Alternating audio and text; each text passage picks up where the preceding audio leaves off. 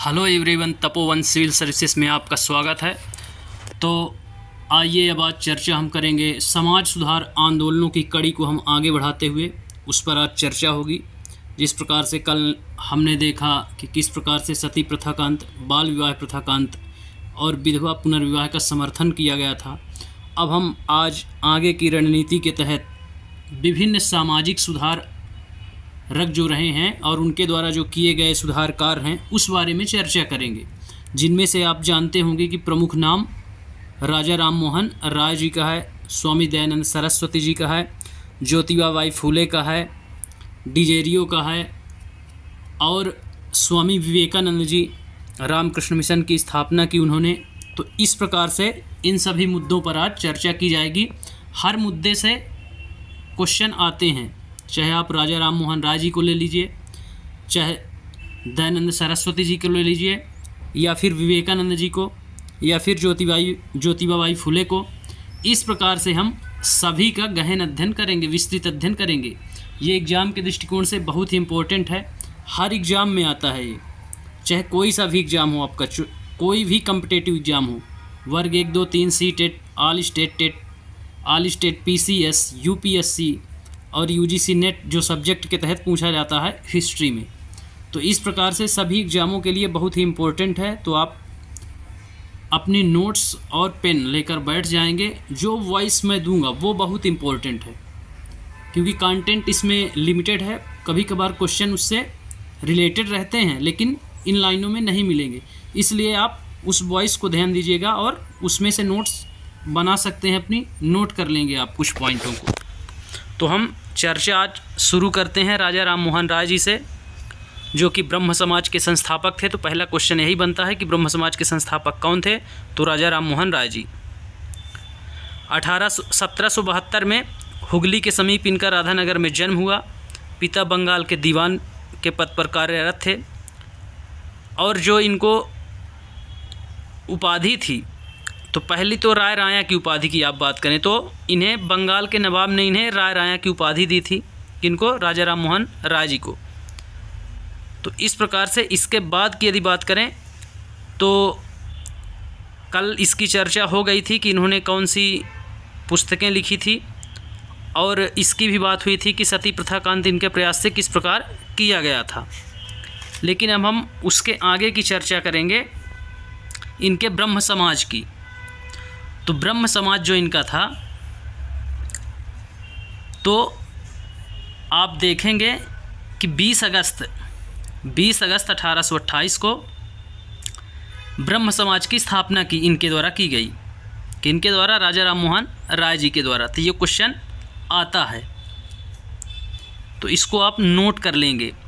लेकिन जब इन्होंने ब्रह्म समाज की स्थापना करी तो इनकी मृत्यु के बाद, इनकी मृत्यु कहाँ हुई? लंदन में। 1833 में ये अकबर द्वितीय की पेंशन बढ़वाने के लिए गए थे। कहाँ? लंदन। उन्होंने भेजा था और उन्होंने ही इनको क्या दी थी? राजा की उपाधि दी थी।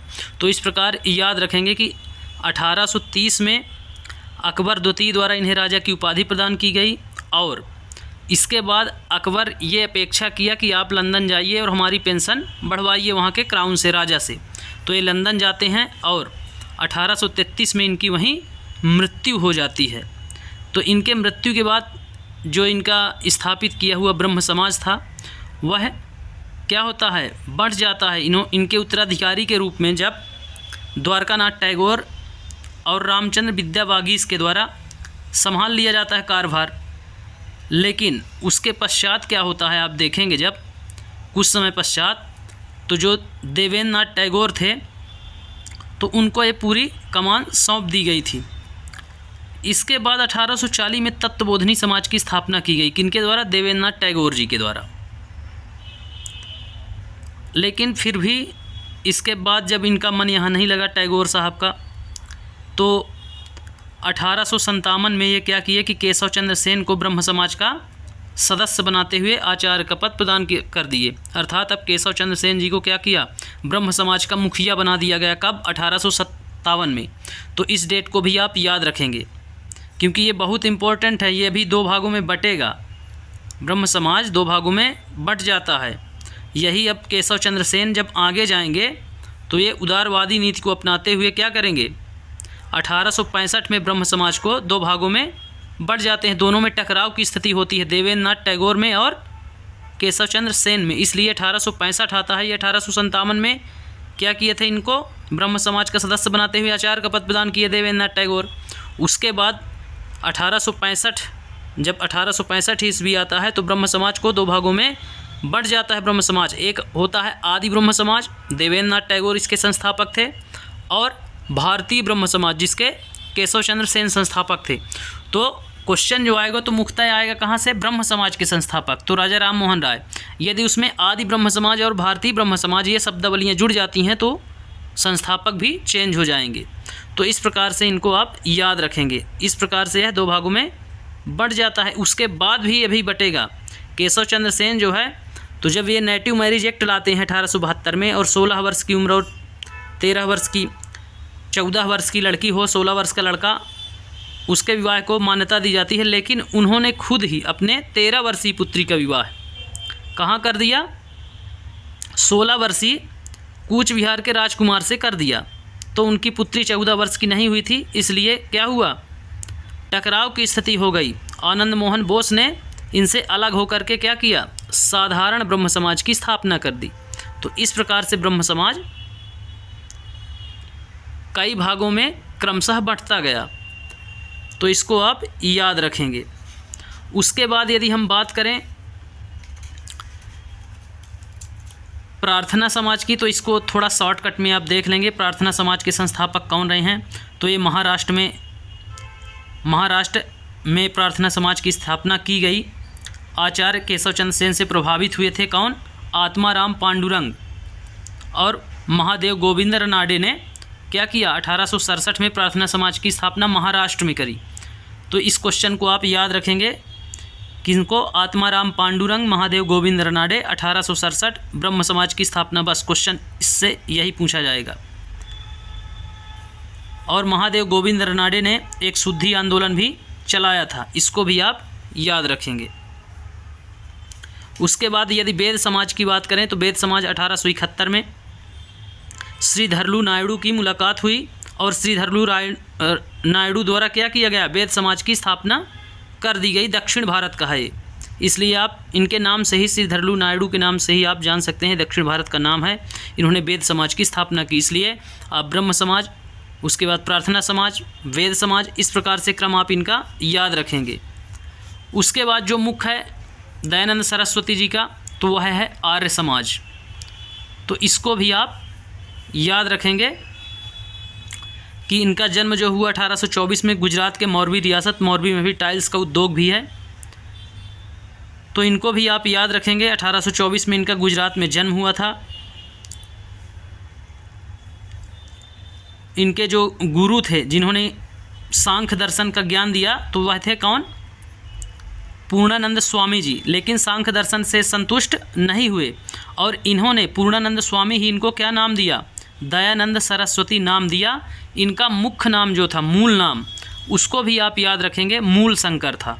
और दयानंद सरस्वती जो नाम दिया गया वह इनके गुरु पूर्णानंद स्वामी द्वारा दिया गया, इसलिए आप इनको विशेष रूप से इनके नाम याद रखेंगे। कौन सा, मूल शंकर इनका वास्तविक नाम था, और पूर्णानंद जो स्वामी थे जिन्होंने इन्हें सांख्य दर्शन का ज्ञान दिया था, तो उन्होंने इनका नाम दयानंद सरस्वती दिया था इनको। इसके पश्चात भी जब ये संतुष्ट नहीं हुए सांख्य दर्शन से, तो 1860 में मथुरा पहुँचे और बिरजानंद स्वामी से वहाँ मुलाकात की और राष्ट्रवाद व भारतीय दर्शन का ज्ञान प्राप्त किया उनसे। तो इस प्रकार से आप इनको याद रखेंगे। इनके द्वारा क्या क्या और किए गए, कौन सी बुक लिखी गई, कौन से और कोई जो उपाय किए गए, तो 1863 में इन्होंने क्या किया, पाखंड खंडनी पताका फहराई। तो इसको आप याद रखेंगे। इनकी एक पुस्तक है सत्यार्थ प्रकाश, जिसका प्रकाशन 1872 में किया गया था। तो इसको आप याद रखेंगे, ये बुक हमेशा पूछी जाती है, इसलिए आप इसको याद रखेंगे। किसको, सत्यार्थ प्रकाश किसकी पुस्तक है, तो दयानंद सरस्वती जी की पुस्तक है। पाखंड खंडनी पताका किसने फहराई, तो उसको आप याद रखेंगे क्या, 1863 में दयानंद सरस्वती जी। वेदों की ओर लौटो का नारा किसने दिया? तो दयानंद सरस्वती जी। इस प्रकार ये सारे फैक्ट हैं, इसलिए आप इनको लिखिए। ये फैक्ट एक जगह कहीं नहीं मिलेंगे, इसलिए आपको बताना ज़रूरी है। शुद्धि आंदोलन भी चलाया था इन्होंने, वेदों की ओर लौटो का नारा दिया और गोरक्षणी संघ की स्थापना करी। तो इस प्रकार से इन्होंने कई कार्य किए थे। और जो मुख्य है कि आर्य समाज की स्थापना, तो 1875 में बम्बई में आर्य समाज की स्थापना इनके द्वारा की गई। और 1877 में जो है आर्य समाज का मुख्यालय लाहौर में स्थापित किया गया। वहीं 1883 में अजमेर में दयानंद सरस्वती जी का क्या हुआ? स्वर्गवास हो गया। तो इनको आप इस प्रकार से याद रखेंगे, इनके द्वारा किए गए कुछ कार्य हैं और किस प्रकार से। जो मुख्य है तो वह है 1875 आर्य समाज की स्थापना बम्बई में, इसको आप विशेष रूप से याद रखेंगे। और इनकी पुस्तक को सत्यार्थ प्रकाश, जिसका प्रकाशन 1872 में किया गया था। तो इस प्रकार से आप इनको, और इनका डिटेल है, लेकिन जो अभी एग्ज़ाम में आपका आएगा तो इतना ही पूछेगा। उसमें एक शब्दावली इन्होंने दी थी जो आगे चलकर आंदोलन का रूप लेती है, तो इसको आप याद रखेंगे। दयानंद सरस्वती जी ही सर्वप्रथम क्या किए थे? स्वराज शब्द दिया था इन्होंने, जो बाल गंगाधर तिलक जी स्वतंत्रता के लिए आधार बनाया था कि स्वराज मेरा जन्मसिद्ध अधिकार है और मैं इसे लेकर रहूँगा। तो इस प्रकार से आप याद रखेंगे कि स्वराज शब्द किसने दिया? दयानंद सरस्वती जी ने। और दयानंद सरस्वती जी ने ही कहा था कि बुरे से बुरा देसी राज अच्छे से अच्छे विदेशी राज से भी अच्छा है। इसलिए इनका एक कथन याद रखेंगे, बहुत चर्चित कथन है, पीसीएस वगैरह में पूछा जाता है। वैलेंटाइन चिरौल ने अपनी पुस्तक अर्नेस्ट इंडिया, किसकी पुस्तक है? वैलेंटाइन चिरौल की, आर्य समाज को क्या कहा? अशांति का जनक कहा। इन्होंने अपनी पुस्तक में क्या कहा? आर्य समाज को अशांति का जनक कहा। वहीं सर्वप्रथम नमस्ते शब्द किसने दिया? तो नमस्ते शब्द भी सर्वप्रथम दयानंद सरस्वती जी द्वारा दिया गया अभिवादन के लिए। तो इस प्रकार से आप इनको याद रखेंगे। वहीं हम चर्चा करें रामकृष्ण मिशन, जो स्वामी विवेकानंद द्वारा स्थापित किया गया था। तो स्वामी विवेकानंद के जन्म की बात करें तो 12 जनवरी 1863 कलकत्ता में हुआ। बचपन का नाम क्या था इनका? नरेंद्र दत्त। क्या था? नरेंद्र दत्त। तो इस प्रकार इनको आप याद रखेंगे। और जो इनके गुरु थे तो वह थे रामकृष्ण परमहंस। तो यह भी क्वेश्चन पूछा जाता है। बचपन का नाम भी पूछा जाता है नरेंद्र दत्त, जन्म तारीख के साथ पूछा जाता है 12 जनवरी 1863 कलकत्ता। गुरु का नाम इनके पूछा जाता है, जो दक्षिणेश्वर के संत थे और काली देवी के भक्त भी थे, रामकृष्ण परमहंस जी। इसलिए आप इनको याद रखेंगे।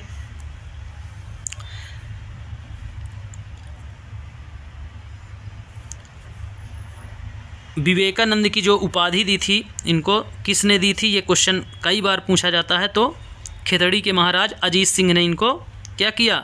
विवेकानंद की उपाधि दी थी। और इनके द्वारा जो मुख्य कार्य किया गया था वह 1893 में शिकागो धर्म सम्मेलन में भारत के धर्म का ये नेतृत्व करता थे। तो ये पूछा जाता है कि शिकागो धर्म सम्मेलन कब हुआ? तो 1893 में। आप इसको याद रखेंगे। इसके बाद जो मुख्य बात है कि रामकृष्ण मिशन की स्थापना कब की गई इनके द्वारा? तो 1897 में कलकत्ता के समीप बेल्लूर नामक स्थान, जहाँ पर इन्होंने रामकृष्ण मिशन की स्थापना करी थी। और 1902 में विवेकानंद जी की मृत्यु हो जाती है।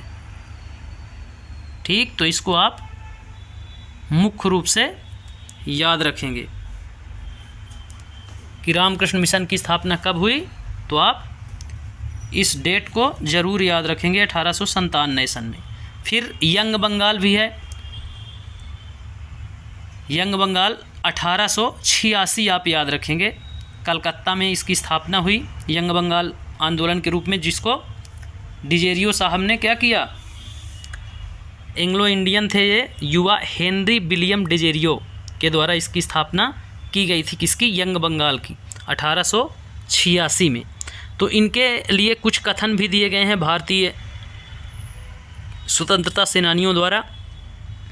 तो जो है तो इनकी तुलना जो की गई है डेजेरियो साहब की, तो सुकरात से की गई है। तो यह क्वेश्चन आता है, इसको आप नोट करेंगे। वहीं सुरेंद्र बनर्जी साहब जो हैं हमारे, उन्होंने डेजेरियो को बंगाल के आधुनिक समाज का क्या कहा? अग्रदूत कहा और हमारी जाति के पिता कहकर संबोधित किया। तो ये क्वेश्चन कई बार पूछा जाता है।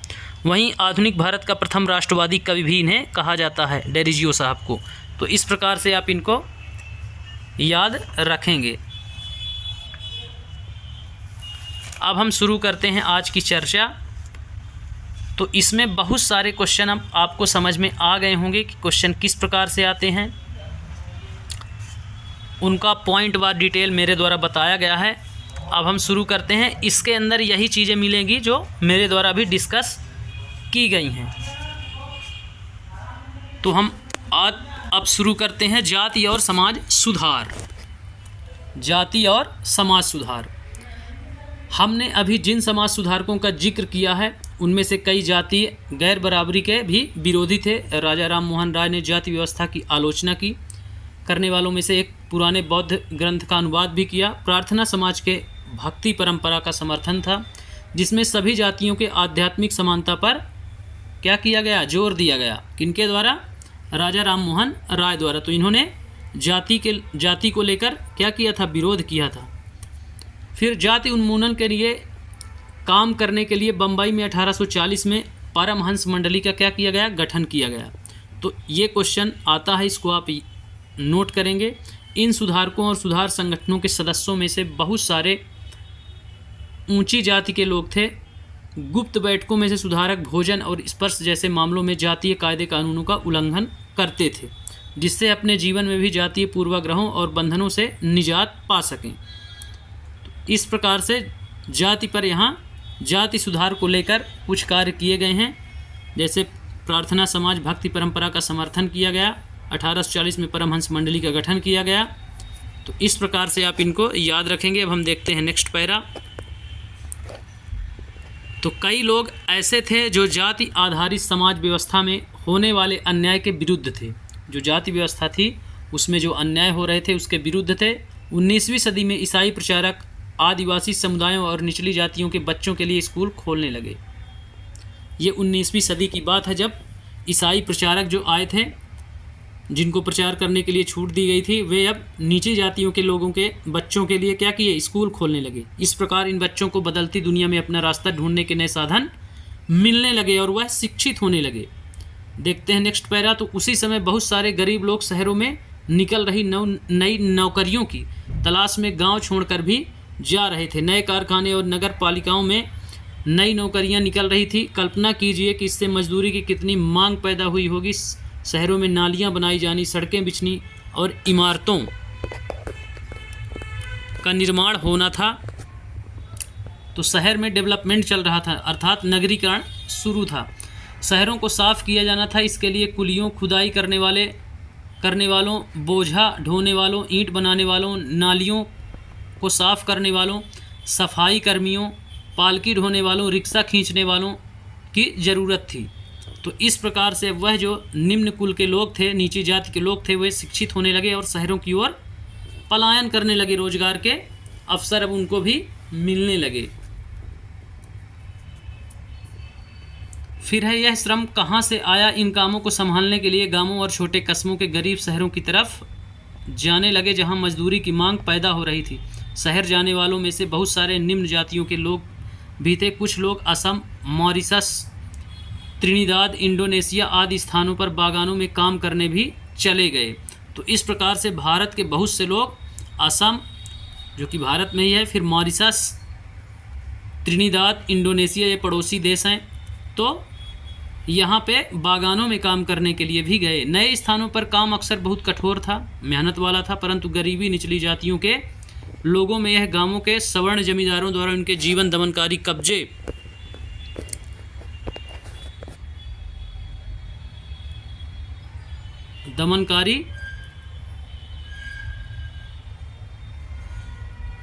और दैनिक अपमान से छूट निकलने का एक मौका था।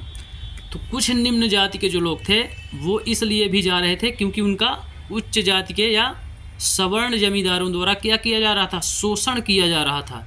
इसलिए वह शोषण से बचने के लिए वह स्थान ही छोड़ रहे थे, गांव का गांव खाली कर रहे थे वो और दूसरी जगह जा रहे थे। एक जहाज़ दिखाया गया है, एक कुली जहाज़ 19वीं शताब्दी का है। इसमें है जॉन एलन नामक एक कुली जहाज़ के द्वारा भारतीय मजदूरों को मॉरिशस ले जाया जाता था, जहां उन्हें तरह तरह के कठोर काम करने पड़ते थे। इनमें से ज़्यादातर मजदूर निचली जातियों के होते थे। तो आप जॉन एलन को याद रखेंगे, ये जहाज़ का नाम है, ये कभी कभार सीटेट में पूछा जाता है। किस काम में आता था, तो भारतीय मजदूरों को मॉरिशस ले जाने के लिए। जूते कौन बना सकता है, अब इस पर एक जातिवाद को लेकर वो दिया गया है कोट, उसको हम देख लेते हैं। तो चमड़े का काम करने वालों को परंपरागत रूप से नीची नज़र से देखा जाता था, क्योंकि वे मृत पशुओं का चमड़ा निकालते, जिन्हें गंदा दूषित माना जाता था। पहले विश्व युद्ध के दौरान सेना के लिए जूतों की ज़बरदस्त मांग पैदा हो गई थी, परंतु चमड़े के कामों के प्रति जातीय पूर्वाग्रहों की वजह से केवल परंपरागत चमड़ा कामगार मोची ही जूते तैयार कर सकते थे। लिहाजा वे ज़्यादा कीमत की मांग करने लगे और उन्हें काफ़ी लाभ हुआ। तो इस प्रकार से मोची जो जाति थी उसे निम्न जाति में रखा गया था। तो उस समय विश्व युद्ध के समय क्या हुआ कि जूतों की ज़बरदस्त मांग हुई, और चूँकि वह जो परंपरागत काम था उनका, तो मोची ही जूते तैयार करते थे, इसलिए उन्होंने कीमत ज़्यादा बढ़ा दी, जिससे उनको काफ़ी लाभ हुआ। इस चित्र में दिखाया गया है जूते बनाते मदिगा समुदाय के लोग। 19वीं शताब्दी आंध्र प्रदेश का ये चित्र है, मदिगा समुदाय। तो आप समुदाय का नाम याद रखेंगे, मदिगा समुदाय। मौजूदा आंध्र प्रदेश में मदिगा एक महत्वपूर्ण अछूत जाति रही है। वे पशुओं के शवों को साफ करने, चमड़ा तैयार करने और चप्पल जूतियाँ सीने में माहिर थे। अब हम देखते हैं नेक्स्ट।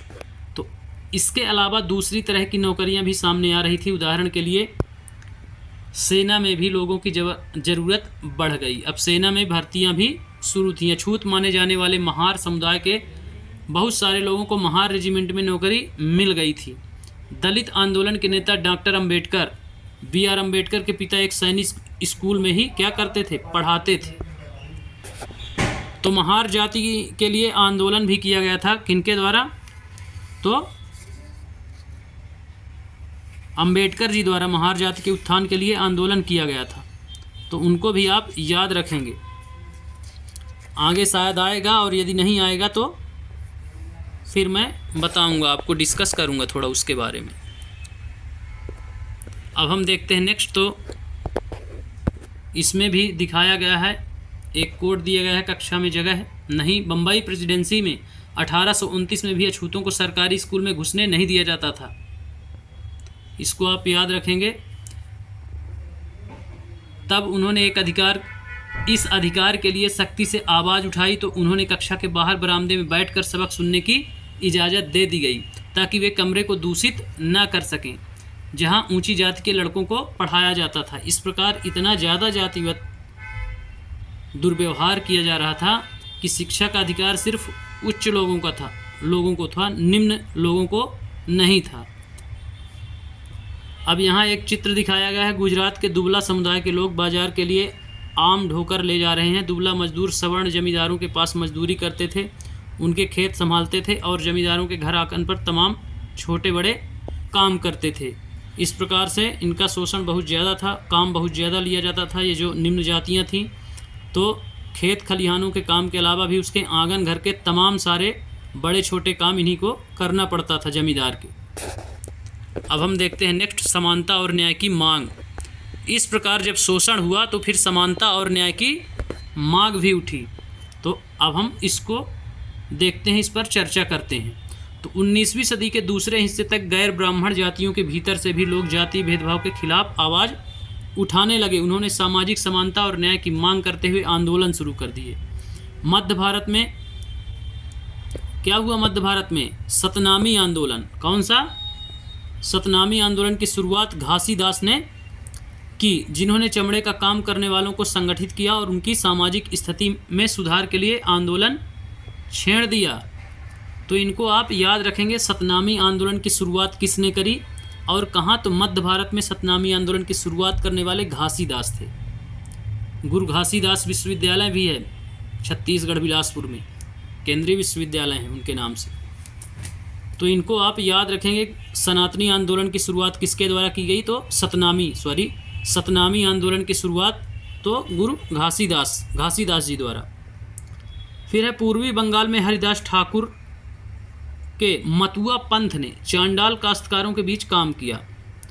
तो इनको भी आप याद रखेंगे। हरिदास ठाकुर के मतुआ पंथ ने चांडाल काश्तकारों के बीच काम किया। हरिदास ने जाति व्यवस्था को सही ठहराने वाले ब्राह्मणवादी ग्रंथों पर सवाल उठाया, जिसे आज केरल कहा जाता है। वहाँ एझावा जाति के श्री नारायण गुरु ने अपने लोगों के बीच एकता और आदर्श रखा। ये सब आंदोलनकर्ता हैं एझावा जाति के लोगों को मंदिर पर वर्जित था, और श्री गुरु नारायण ने फिर इनको महात्मा गांधी जी के सहयोग से और वहाँ के रानी के सहयोग से मंदिरों में प्रवेश दिलवाया था। इसमें कम कंटेंट दिया गया है, इसीलिए मैं बोलता हूँ कि जो वॉइस में कंटेंट दिया जा रहा है उसको आप ज़रूर ध्यान से सुने और नोट करें।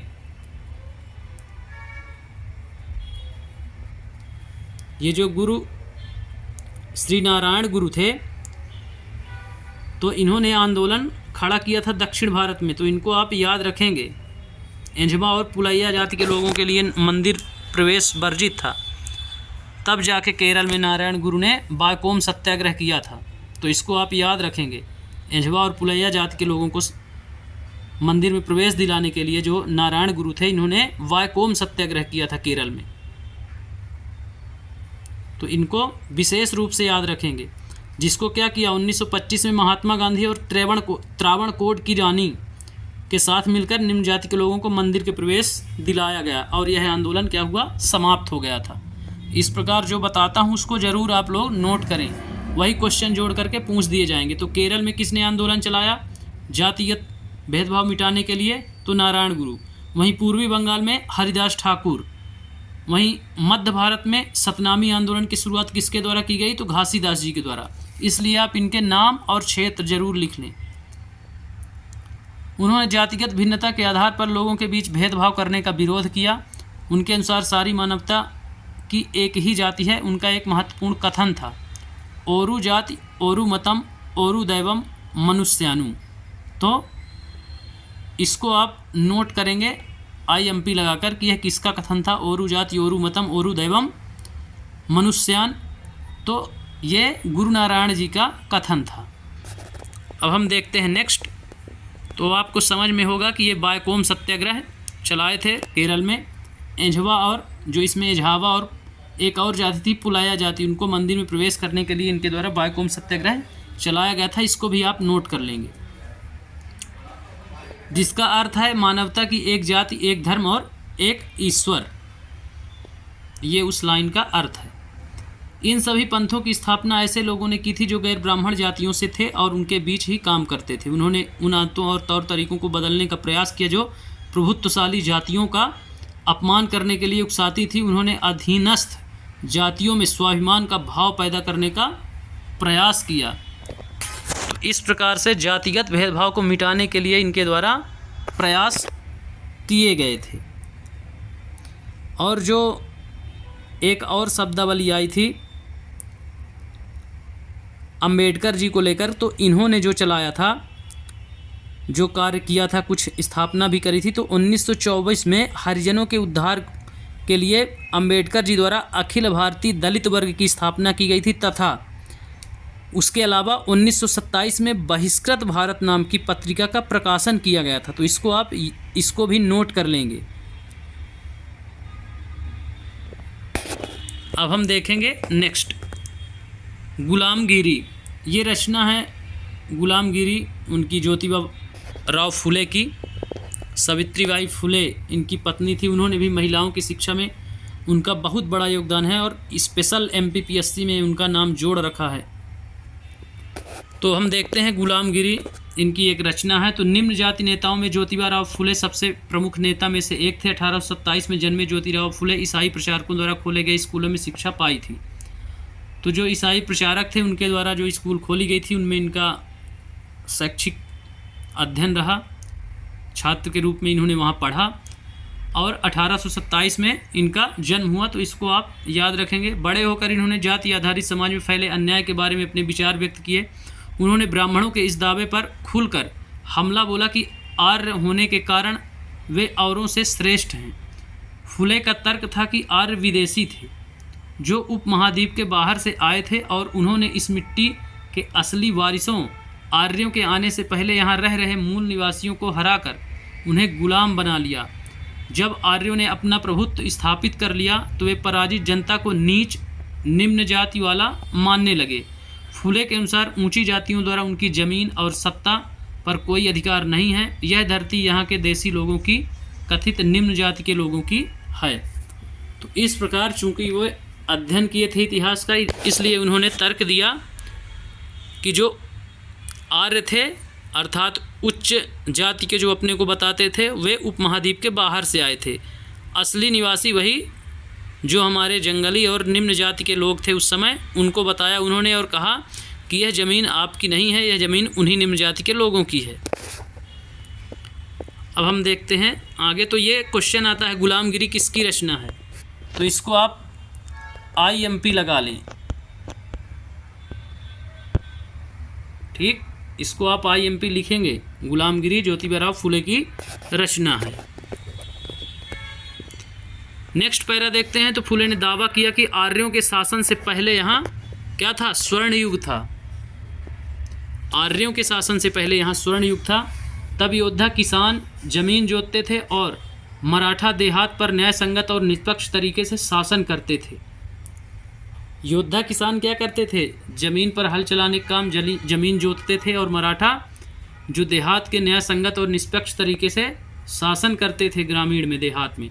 उन्होंने सुझाव दिया कि शूद्रों, श्रमिक जातियों, अतिशूद्रों, अछूत, तो ये भी क्वेश्चन आता है कि शूद्रों और अतिशूद्रों में क्या अंतर है। तो शूद्रों का मतलब था श्रमिक जाति, काम करने वाली, लेकिन अतिशूद्र मतलब अछूत। भेदभाव खत्म करने के लिए संगठित होना चाहिए। फुले द्वारा स्थापित किए गए सत्यशोधक समाज नामक संगठन जाति समानता के समर्थन में मुहिम चलाई थी। तो ये क्वेश्चन भी आता है कि सत्यशोधक समाज की स्थापना किसके द्वारा की गई, तो सत्यशोधक समाज की स्थापना ज्योतिबा फुले के द्वारा की गई। तो आप इनको ज़रूर से ज़रूर नोट कर लें, गुलामगिरी इनकी रचना और सत्यशोधक समाज। अब हम बढ़ते हैं इस कोटेशन की ओर, तो इसको भी देख लेते हैं।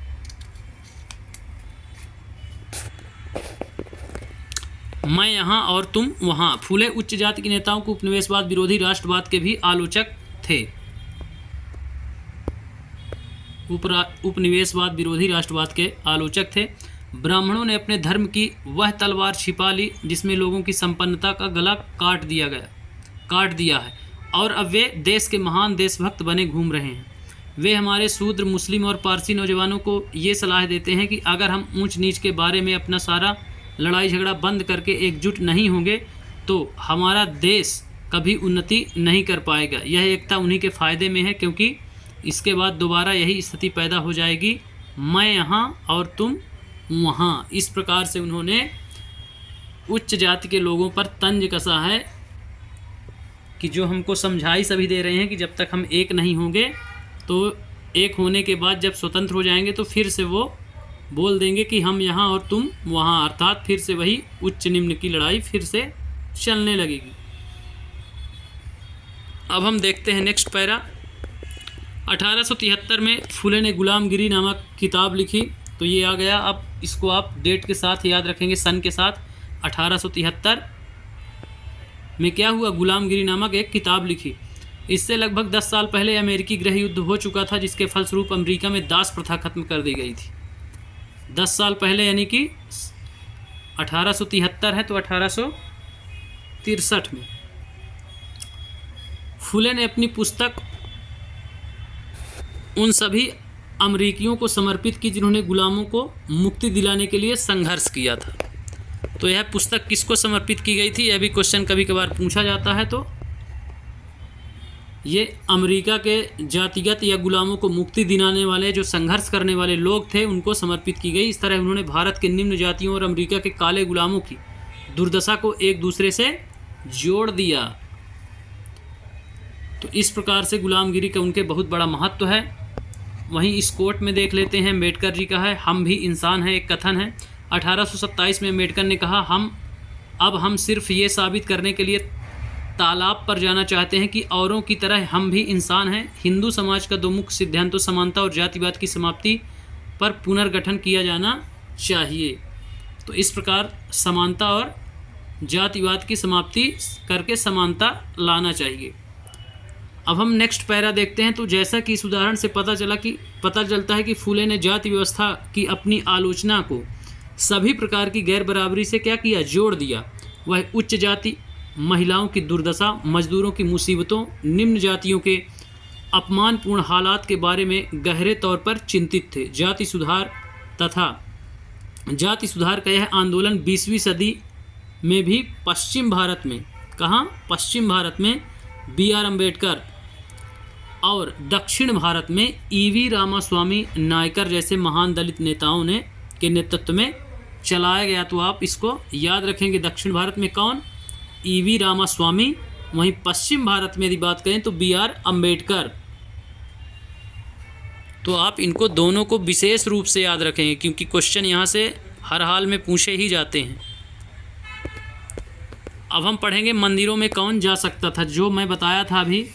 तो अब मंदिर में प्रवेश को लेकर के बात उठेगी।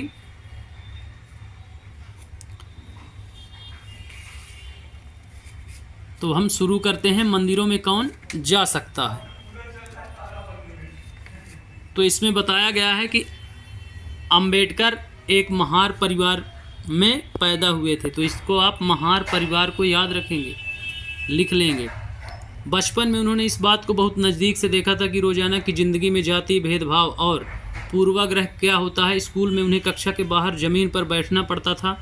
उन्हें सवर्ण बच्चों द्वारा इस्तेमाल किए जाने वाले नलकों से पानी पीने की इजाज़त नहीं थी। स्कूल की पढ़ाई पूरी करने के बाद उन्हें उच्च अध्ययन के लिए अमेरिका जाने हेतु फेलोशिप मिल गई। 1919 में भारत लौटने पर उन्होंने समकालीन समाज में उच्च जातीय सत्ता संरचना पर काफ़ी लिखा। तो आप ये याद रखेंगे, उन्होंने फेलोशिप के जब अमेरिका गए उसके बाद वापस कब आए, तो 1919 में भारत लौटे हुए। तो 1919 को आप नोट कर लेंगे। सन 1927 में अम्बेडकर ने मंदिर प्रवेश आंदोलन क्या किया, शुरू किया। तो आप इसको भी याद रखेंगे। 1927 में ही मैं बताया था कि बहिष्कृत भारत नाम की पत्रिका का प्रकाशन भी किया था। अंबेडकर जी द्वारा बहिष्कृत भारत नाम की पत्रिका का प्रकाशन भी किया गया था 1927 में। तो उसको भी आप याद रखेंगे। और आंदोलन की शुरुआत भी की थी, जिसमें महार जाति के लोगों ने क्या किया, बड़ी संख्या में हिस्सा लिया। ब्राह्मण पुजारी इस बात पर बहुत आग बबूला हुए कि दलित भी मंदिर के जलाशय का पानी इस्तेमाल कर रहे हैं।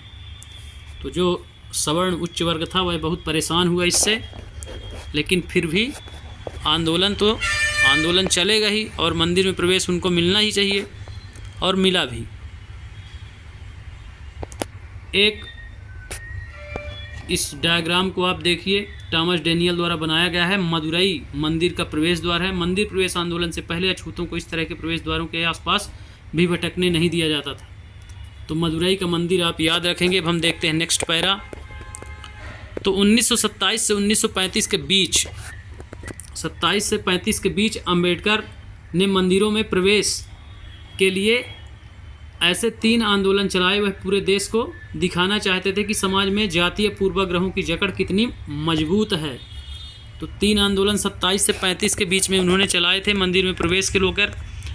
अब हम देखेंगे नेक्स्ट बिंदु है गैर ब्राह्मण आंदोलन।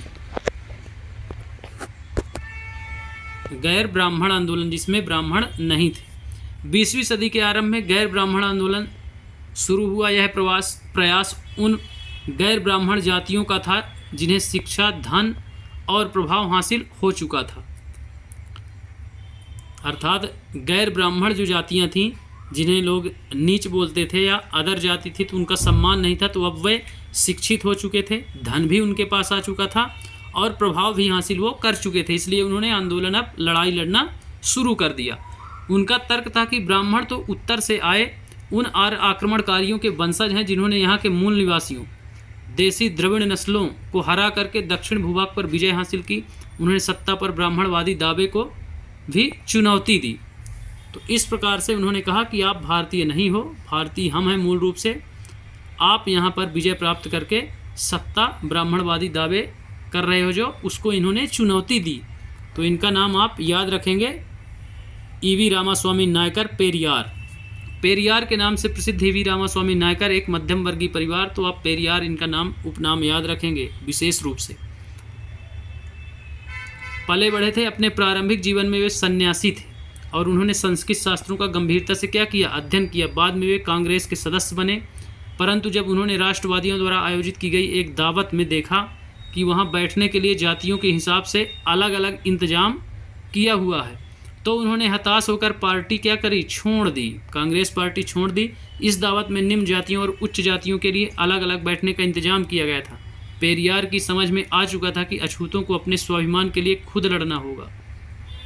तो इस प्रकार से जब पार्टी दावत दी गई थी, अर्थात वर्तमान में इसे हम पार्टी देना बोलते हैं, तो उसमें जब बैठने के लिए अलग अलग व्यवस्थाएं की गई, उच्च जाति के अलग, निम्न जाति के लिए अलग, तो इस प्रकार उन्होंने पार्टी छोड़ दी। अब हम देखते हैं नेक्स्ट।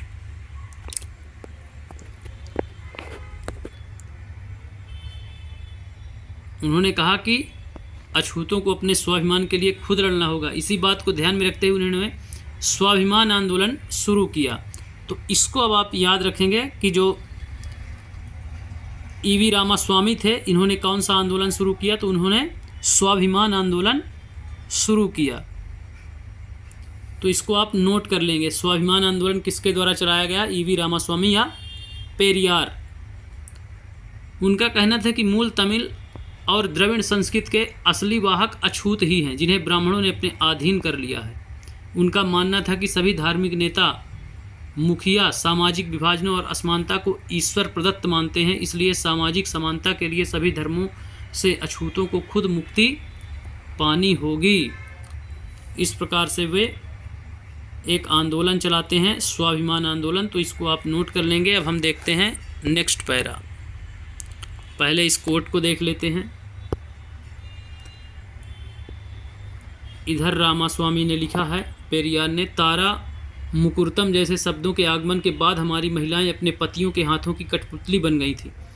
हमें ऐसे पिताओं के संरक्षण में जीना पड़ा जो हम अपनी बेटियों को सलाह देते कि उन्हें पतियों को उपहार दिया जा चुका है और अब वे अपने पति के घर का हिस्सा हैं।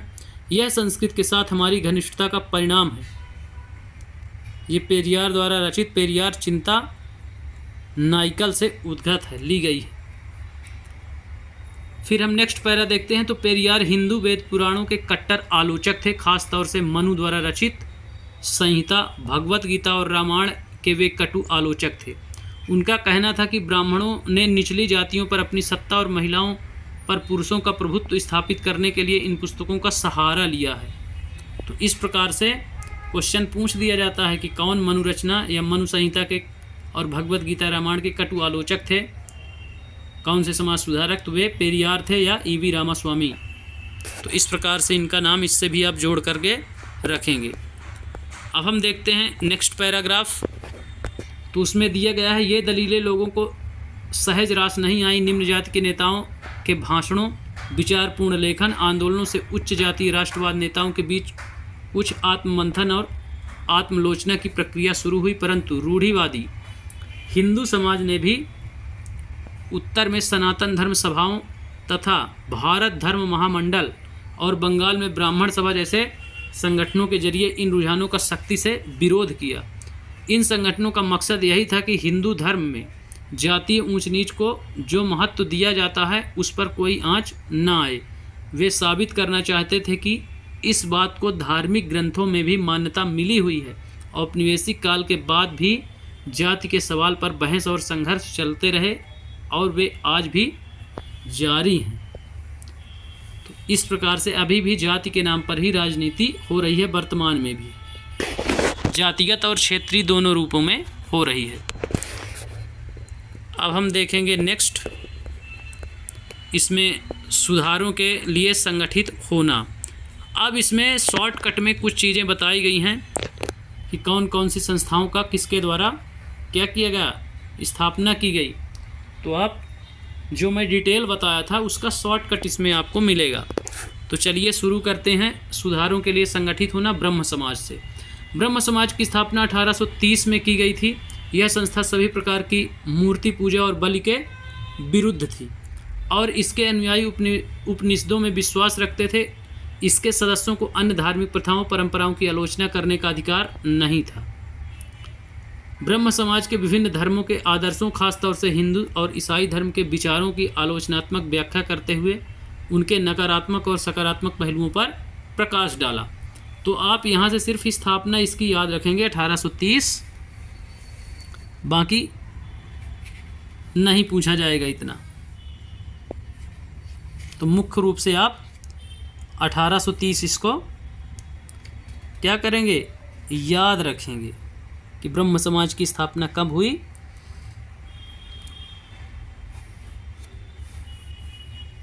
अब हम देखेंगे क्या, केशव चंद्र सेन एक कोट में देख लेते हैं। डायग्राम में एक केशव चंद्र सेन है, ब्रह्म समाज के मुख्य नेताओं में से एक थे। अब देखेंगे डिजेरियो साहब को, हेनरी डेरोजियो। तो डेरोजियो यंग बंगाल के संस्थापक थे। किसके? यंग बंगाल के। ये मैं शुरू में चर्चा में आपको बताया था। तो 1820 के दशक में Henry Louis Vivian Derozio Hindu college Calcutta में अध्यापक थे। उन्होंने अपने विद्यार्थियों को आमूल परिवर्तनकारी विचारों से अवगत कराया, उन्हें तमाम तरह की सत्ता पर सवाल खड़े करने के लिए प्रोत्साहित किया। उनके द्वारा शुरू किए गए यंग बंगाल मूवमेंट में उनके विद्यार्थियों ने परंपराओं और रीति रिवाजों पर उंगली उठाई, महिलाओं के लिए शिक्षा की मांग की और सोच व अभिव्यक्ति की स्वतंत्रता के लिए अभियान चलाया। तो इन्होंने मुख्य रूप से विद्यार्थियों को क्या किया, उकसाया और आंदोलन का रूप दिया उसको।